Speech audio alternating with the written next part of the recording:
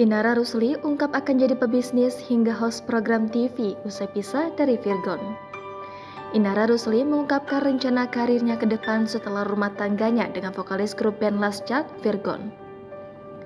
Rencananya tersebut diungkapkannya saat diundang di acara podcast YouTube The Sungkars pada Sabtu 10 Juni. Semenjak kasus perceraiannya dengan Virgon viral, Inara banyak diundang di berbagai acara. Awalnya, Inara sempat merasa bingung soal rencananya ke depan termasuk dalam hal karir. Namun setelah permasalahan rumah tangganya itu, Inara mengaku malah mendapat banyak tawaran.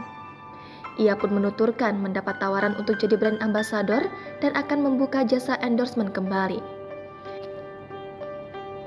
Inara juga menyebut akan menjadi host di salah satu program TV hingga ditawari kerja sama bisnis. Ia pun sangat bersyukur di balik permasalahan rumah tangga yang ia hadapi, Allah masih memberikan rezeki kepadanya. Diberitakan sebelumnya, Inara Rusli sempat membongkar aib rumah tangganya di media sosial. Ia pun terang-terangan menyebut Virgon sang suami selingkuh. Pengakuan tersebut mengejutkan publik hingga Virgon sampai dihujat habis-habisan oleh netizen.